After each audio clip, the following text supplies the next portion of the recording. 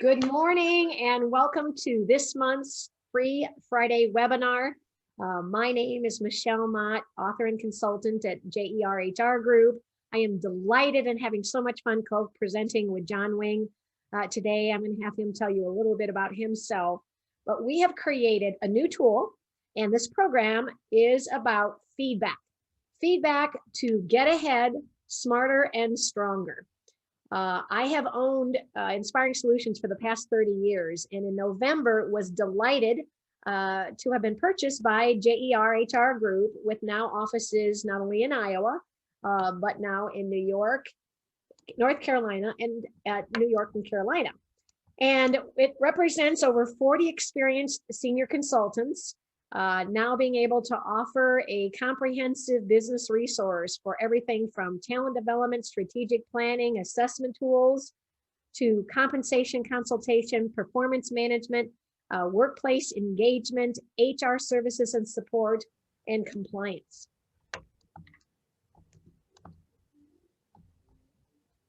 Let me get this out of the way here. For some reason. There we go. John, tell us a little bit about yourself. Good morning. Thanks, Michele. I appreciate it. Good to be with everybody this morning. Thanks for tuning in.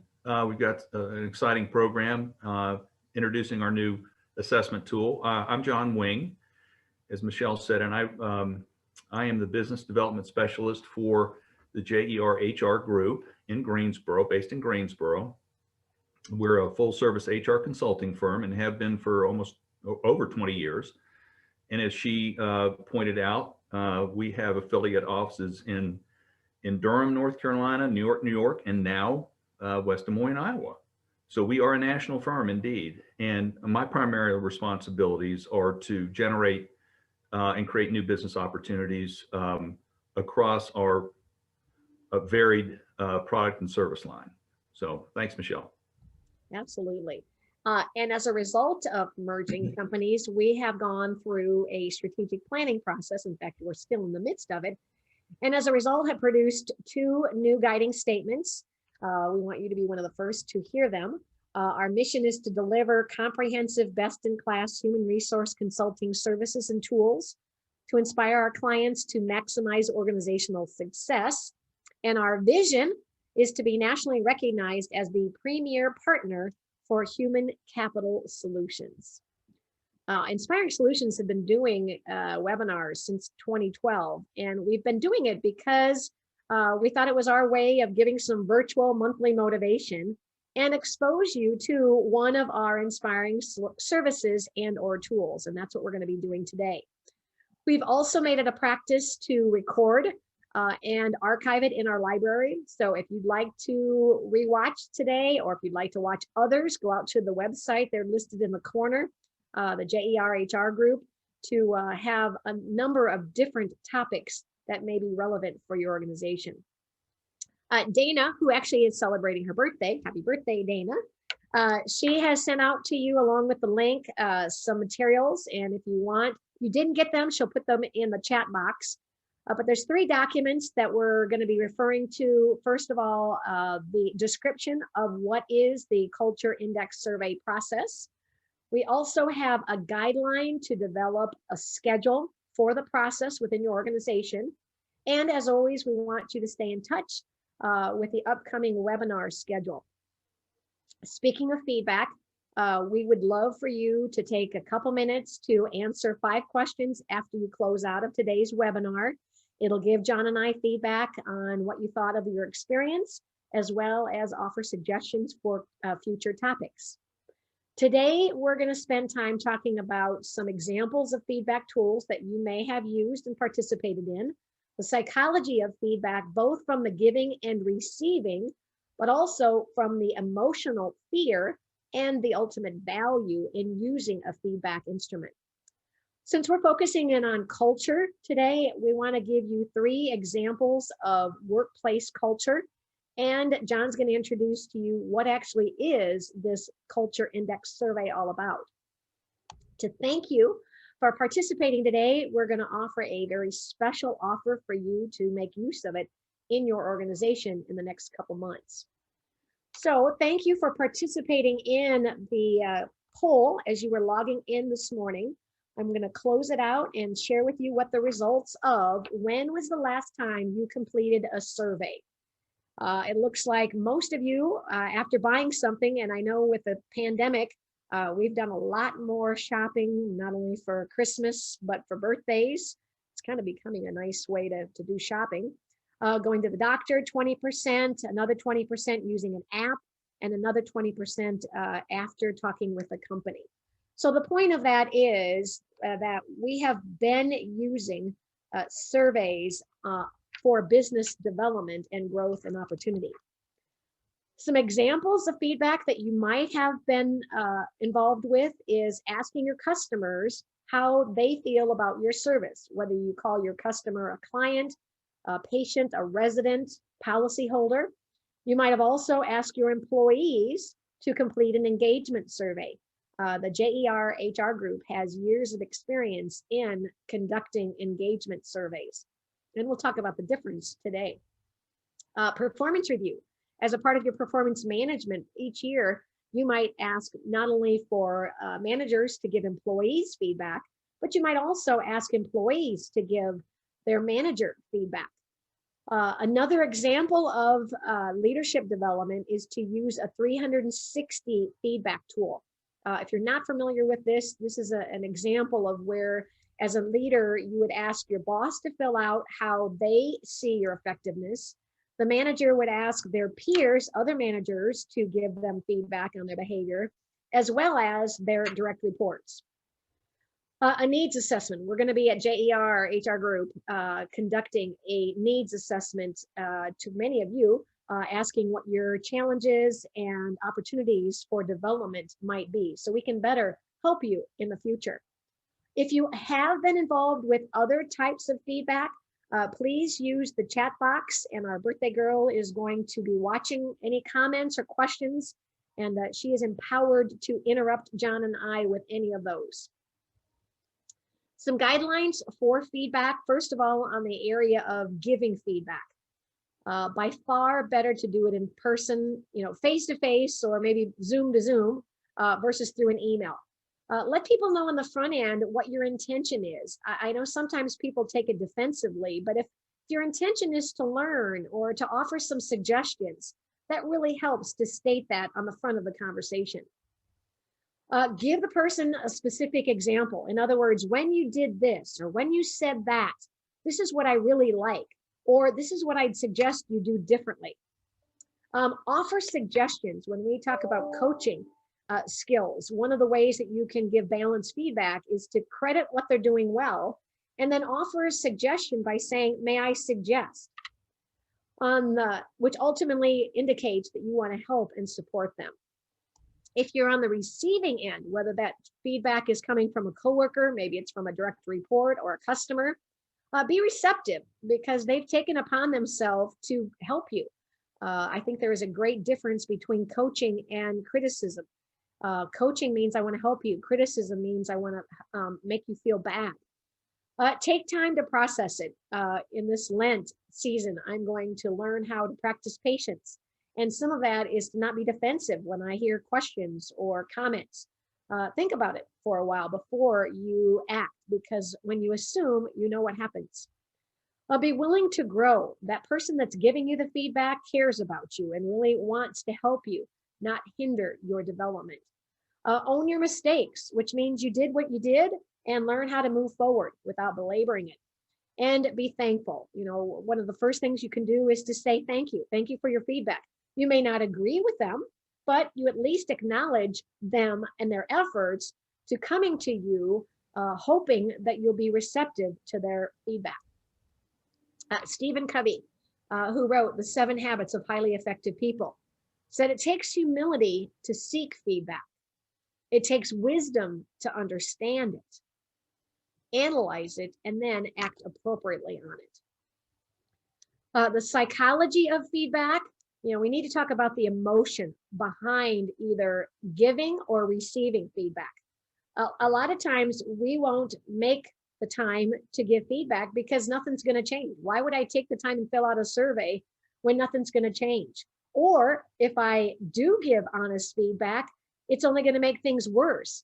My manager's going to not like me, or my coworkers are going to work against me, or it's just a simple waste of time. You know, the survey is something that's taking me away from something that's more productive and meaningful.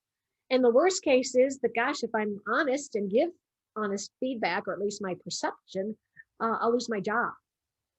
We find that there is great value in getting feedback. You'll learn something. I heard one of the tributes to Larry King, who had a talk show for years, that you're not learning if you're talking. So when you ask questions, it's an opportunity to learn and grow. It validates the things that you're doing well, things that they want you to continue to do and they appreciate, as well as things that they'd like for you to change. It builds trust.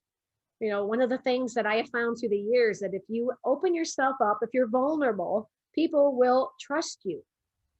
It promotes engagement because they feel as though they have a voice, which ultimately strengthens relationship. And during the pandemic, we have definitely learned how to work in an unprecedented environment. And I think even though we've used WebEx, Zoom to communicate, you can't help but have meaningful conversation. Peter Drucker, another famous management consultant, said, the greatest danger in times of turbulence that we're in now is not the turbulence itself, it's to act with yesterday's logic. You know, who knows when we will eventually settle into the new normal. And I don't think we're going to go back to the way things used to be. I think there'll be remnants of the good old days, but I think there's also going to be a lot of best practices that we'll preserve. So it's going to be a hybrid approach. And there's a great book, if you're interested in learning more about culture, called Culture Trumps Everything. And it talks about a simple definition of culture is it's the way we do things around here. It's the way we tend to interact, communicate with our coworkers and with our customers. And there's 3 different types of cultures of power. There is that of control, where there's a lot of dependence. There's abandonment, where there's a lot of independence. And then ultimately, which we hope you strive for, is that of collaboration, where there's a lot of interdependence. So what does that look like? In a culture of control, leadership and management tend to create an atmosphere of mistrust and suspicion. They closely monitor tasks, and they typically dictate decisions. So that means employees turn off their brain and they become far more dependent on others to make decisions. They conform and they really truly produce mediocrity. In a culture of abandonment, employees are hired but then let loose without any measure of accountability or a sense of direction or consequence, which results in a lot of confusion and chaos. There's apathy because they really don't care. It diminishes teamwork and creates a lot of independent thinkers and workers. The third culture, that of collaboration, is an organization that recognizes that its people, its employees, are its greatest assets. And they maximize the use of their knowledge, skills, and desires. And as a result, this promotes a culture of interdependence, a lot of collaboration for a mutual shared express. So what we'd like to do is another poll. I want to start, and I'm going to give you I'm going to give you 30 seconds to answer the question as far as how would you, relaunch it. There we go. I can't walk and talk at the same time. There we go.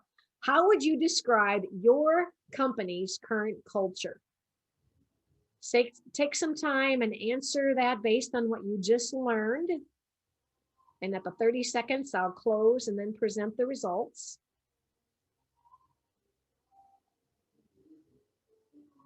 Ten more seconds.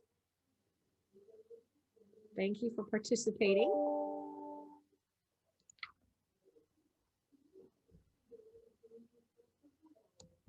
All right. It appears to be unanimous that you feel as though your culture has some degree of control, abandonment, and collaboration.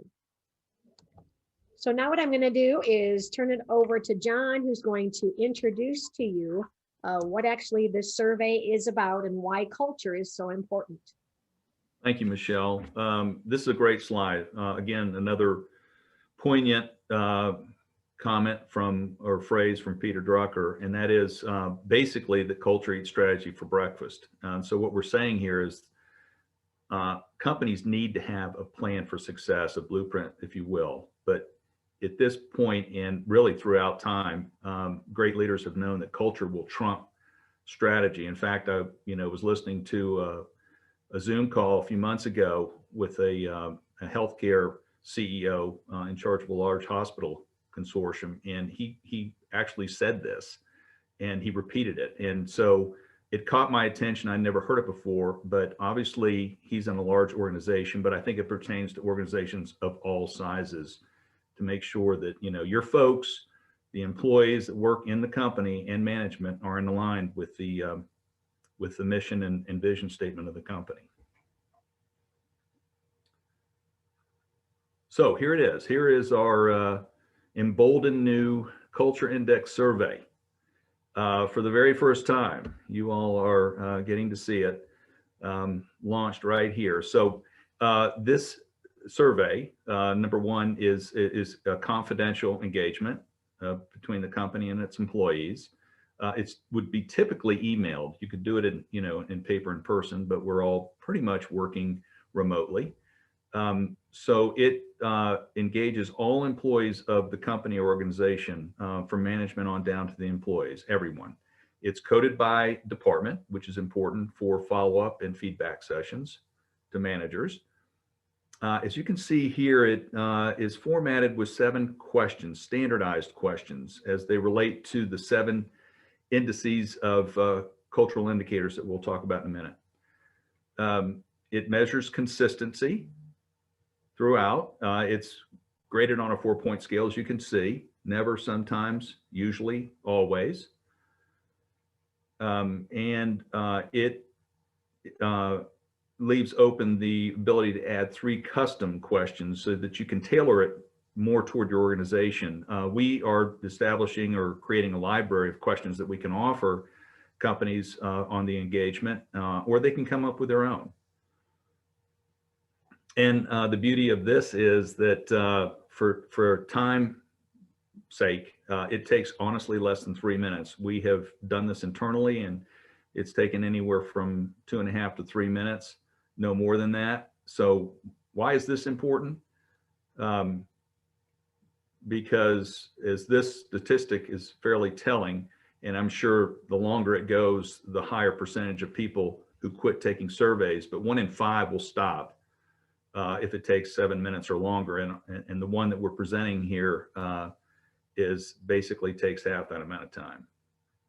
So that's good. And here's some of the example of custom questions that we have come up with to this point, and we'll continue to add on to that. And the topic of COVID, we're all dealing with that, the challenges of working in a new environment, in a new workplace, and how that, and how do we interact with our managers, with other employees, and how are we evaluated on our performance when it's done virtually. And then, questions about our health as well. And then general questions about just about the company, how you're feeling about, how are you being treated? How would you rate your onboarding process? Do you think the company offers great benefits? Or, is there a possibility that you're considering even leaving your position? So here are the 7 indices of the CISP that are the cornerstone to the engagement survey. The first one is clarity. Does your culture have clarity? Simply meaning, does it align with your mission, vision, and value statement? Do you have a code? Do you have a code is a process of hiring, firing, and managing performance, but it honors a certain standard of behavior that is consistent. Creativity. Do you promote creativity? Are new ideas embraced and encouraged to solve problems and improve efficiency?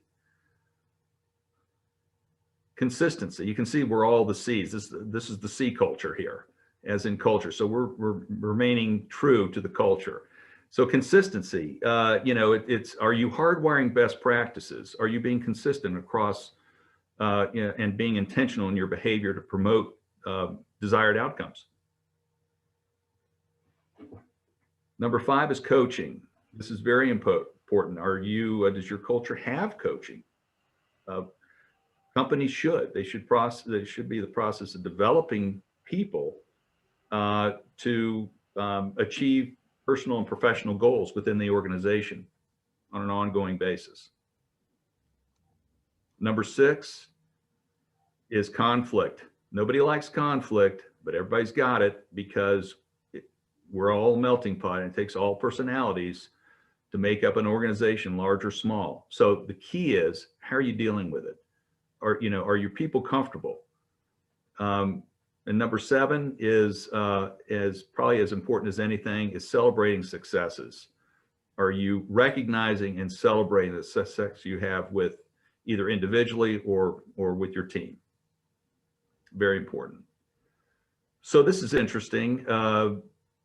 59%, or roughly 6 out of 10 HR executives that were surveyed admitted that the organizations took little or no action, or easy actions, but basically no action based on employee engagement surveys, which is probably the biggest mistake companies can make when you're asking for input from your employees and you're not giving any feedback.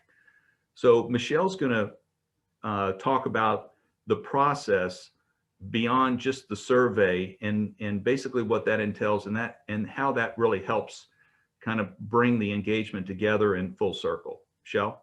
Thanks, John. And I think a lot of times companies will do more damage if they just do the survey and there's no follow-up, or they do it every year with the hope that it improves, but no intentional action.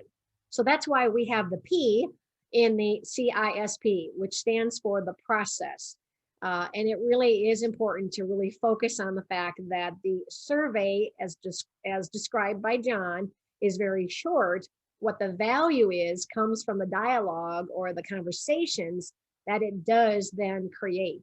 So one of the handouts we wanted you to have today was a description of the actual process. So on that handout, you'll see what the objectives are, some of the decisions that you'll need to make, the format, describing the 7 questions that John just talked through, the length of time. I'm going to share with you on the next handout how it could be done less than 3 months. So it should be something that you could quickly employ within your organization and be used to get your organization refocused back after COVID is all said and done. The process itself, in other words, not only just the design, but the administration, and then the feedback session. As we recommend, anyone within your organization, leaders, employees, even affiliates that you might, or contractors that you have work very closely with your organization should have a voice. In the ideal size, that is particularly important as it talks about feedback sessions. Those we want to have no more than 25 people so that it's a non-threatening, safe, comfortable environment that everybody feels as though they have a voice. It could be done by department or by group, especially if some of you have small departments, you might want to group them together. But one of our clients is going to employ this in a healthcare organization. And because they have employees that work around the clock, we want to make sure that we schedule those feedback sessions so it's convenient to happen while they're working. So we're going to have early mornings, we'll probably have early evenings, but we want it to be convenient. Nothing worse than making them feel uncomfortable before they even step foot into the session. And again, why do this? Everything from organizational development, strategic focus, improve your employee morale, and promote teamwork.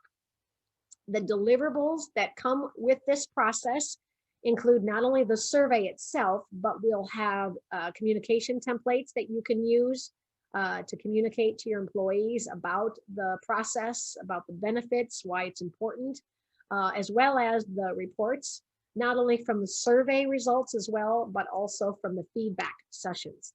That will include not only the data, but the recommendations and suggestions. The other page we wanted you to have is a guideline that we'll use to step you through the design phase, where you talk about what are those questions that you'd like to have incorporated into the survey. The next phase is the gather. We'll actually be administering the survey for you, most likely, like John said, virtually through your email, tabulating the results, and then presenting those to whomever you feel is most important to hear the overall as well as the specific results. And then the power of this tool or this process is really in the engaging, where action plans will be created by managers, departments, groups, and then the process then becomes the way you do things to improve your overall process, your culture. And so you'll see at the bottom is we suggest that you commit to doing this on a regular basis. Annually is typical, but I know some organizations do it every other month, every other year.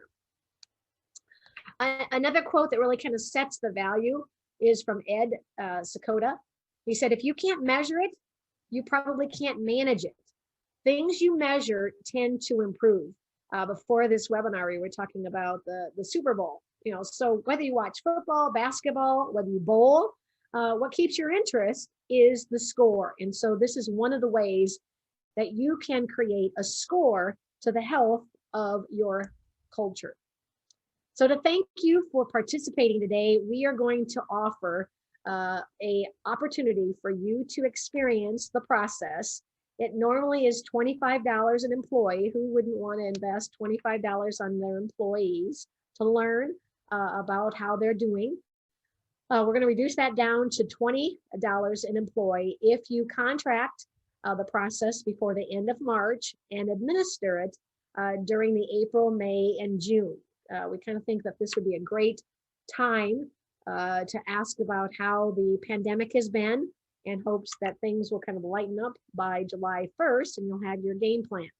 So for more information, or if you want to ask us some questions, John and both of our emails are on the webinar flyer, but his phone number and email is listed there on the slide. We'll also be staying on after the webinar if you want to ask us any questions, or you just type them into the chat box. We also want you to stay in touch. So the other handout we gave to you is our schedule. We offer these 30-minute webinars at the top of the hour, 9, 10, and 11 Central. And I know many of you are on the East Coast, so that's 10, 11, and noon. We use the same link. So if you have anybody in your organization who would like to watch, we're going to do this one more time at the top of the next hour. You can go out to the website and register in advance, invite others, don't watch alone. Next month, we are delighted, and I think she's on this webinar, to have Sandy come back. She presented in December. In March, she's going to present Reaching Out to Others Even While Socially Distanced. In April, we're going to have a guest presenter from the Dynamic Corporate Solutions present Mitigating HR Risks in 2021. And in May, I'm going to be presenting the 5 behaviors of a virtual team. So we would be amiss if we didn't ask for feedback. So at the end, as you log out of today's webinar, please take a couple minutes to give us, John and I want your feedback on your experience, as well as offer suggestions for future topics. We thank you for participating. We also thank Dana for her behind the scenes help, also wishing her a very happy birthday. And we want to thank all of you. Please stay safe, stay warm and healthy. Bye for now.